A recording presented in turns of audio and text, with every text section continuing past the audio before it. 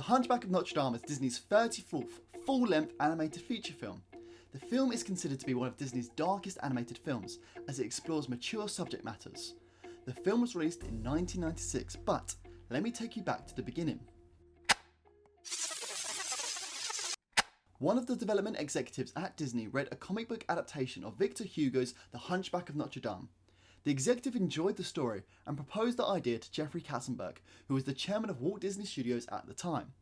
Gary Truesdale and Kirk Wise directed Beauty and the Beast in 1991, and it was a huge success for the company.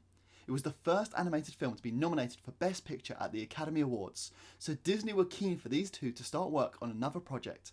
They were developing an animated feature based on the Greek myth of Orpheus, titled A Song of the Sea. Unfortunately, they couldn't seem to get the story right for the film. One day, Jeffrey Katzenberg pulled the two directors into his office and said to them that they were dropping the film, but he had a project ready for them. The directors liked the idea of adapting The Hunchback of Notre Dame. They thought it had huge potential with memorable characters, terrific setting, and potential for great visuals. And so, work started on The Hunchback of Notre Dame in the summer of 1993. Jeffrey Katzenberg originally wanted Meatloaf for the role of Quasimodo, but he passed on the role after Disney couldn't come to agreement with his record company. The role was given to Tom Hulce, who was granted the role after his first audition. It's a map. What are you talking about? The directors experimented with different versions of Quasimodo. They originally planned for him to be more monstrous and older like the Beast, but this wasn't working for the story. Hulce was impressed with the animation on the character and how they could show the emotion. The fact that they can put a look in a drawing's eyes is a thrilling thing, and so actually they're doing the acting. Demi Moore was cast as Esmeralda. The directors wanted a huskier voice for this character, as it was something Disney hadn't done before for a female hero. You took a terrible risk coming here. Stop! These men aren't spies, they're our friends. She's an outcast, a gypsy, and they're vagabonds, and they have to live in kind of covert places to not be found out. And because of that, she's become a little bit of a scrapper, somebody who's got great survival instincts. You fight almost as well as a man. Funny, I was going to say the same thing about you. They video every recording, and that way they are able to get some of my mannerisms, my inflections, my posture. And the more I see and the more I've done, the more I think I start to meld with the character. It's been a great challenge. It's been really fun to do. Anthony Hopkins was originally considered for Frollo, but he turned down the offer. British actor Tony Jay was cast as the villain, as the directors enjoyed working with him on Beauty and the Beast, where he had a small part. Jay was honoured to get the role, and considered it his way to cement his legacy. Excuse me just a minute. I just wanted to scratch my hair. You are making your bid for immortality. You are in a movie by Disney. Can we all agree that Frollo is one of the darkest villains to ever appear in a Disney film? People comment on Hans being evil, and he's nothing compared to Frollo. He has an entire song about sin and killing Esmeralda if she refuses to be with him. Like, that's dark, Disney. Come on. It's one of the Disney songs that you don't quite understand the lyrics to when you're younger, but you grow up and listen to it, and you realise how scary it is. This was the first film to be made in the new Disney Animation Studio that was built as a reward for the animators because of the success of Beauty and the Beast, Aladdin and The Lion King. Michael Eisner made the announcement of this animation studio to the surprise of Jeffrey Katzenberg. This was a huge blow to Katzenberg, who felt disrespected when he wasn't informed about it first. Tensions grew and grew until the point where Katzenberg parted ways with Disney. This was a huge shock to the outside world. Katzenberg had been in charge of the film division throughout the success of The Little Mermaid up to Hunchback, and many credited him with the revival of the animation division. Jeffrey Katzenberg founded Dreamworks shortly after, teaming up with Steven Spielberg, creating serious competition for Disney. Katzenberg was ready to prove how valuable he was, and wanted to prove that he knew how to lead animated projects.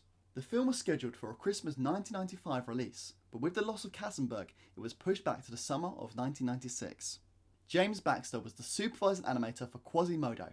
Baxter was one of the finest animators during this time period. He is now known by many people for his guest appearances on Adventure Time, but before then, he was a supervising animator for Belle and Rafiki. One of my favourite scenes during this film is one animated by James Baxter. He demonstrates incredible talent by animating Quasimodo against a 3D moving background. The camera changes angle in 3D space, and James Baxter has to match the perspective of the character to the set and the 3D camera.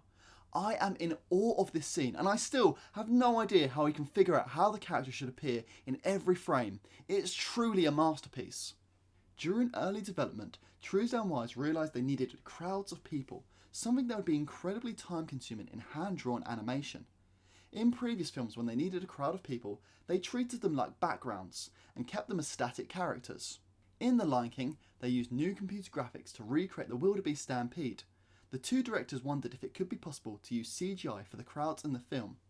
The CGI department created new software to achieve large-scale crowd scenes. This was used for the Feast of Fools sequence and the film's climax. The department created rigs to be placed in the scene and animated a walk cycle for the character. They were then programmed and assigned 72 specific movements ranging from jumping and clapping. They were given different outfits and then rendered to look like 2D animation.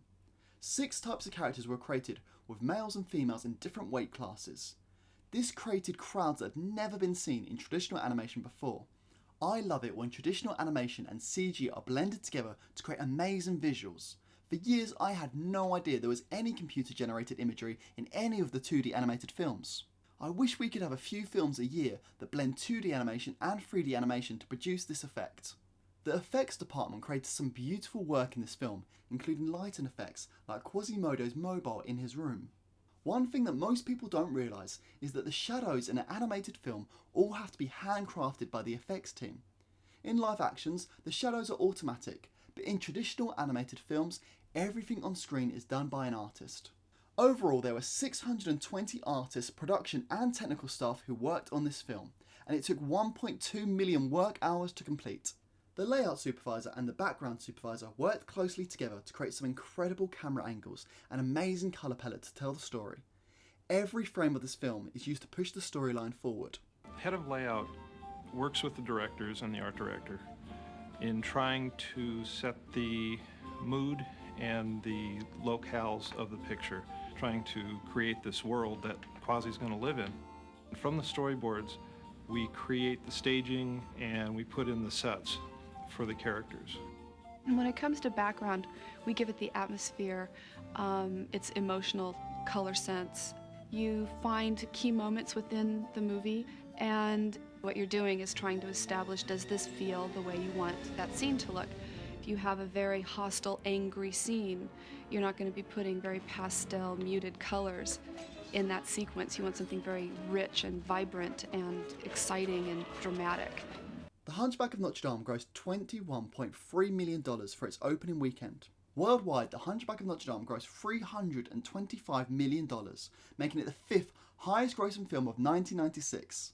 Rotten Tomatoes gave the film 71 positive rating based on 56 reviews. Thank you for watching, guys. This is a playlist where I'm doing 100 facts about every Disney animated film, and it's going to be a mission. The next video in the series will be 100 facts about Hercules. If you enjoyed this video, please like and subscribe, and check out my past videos.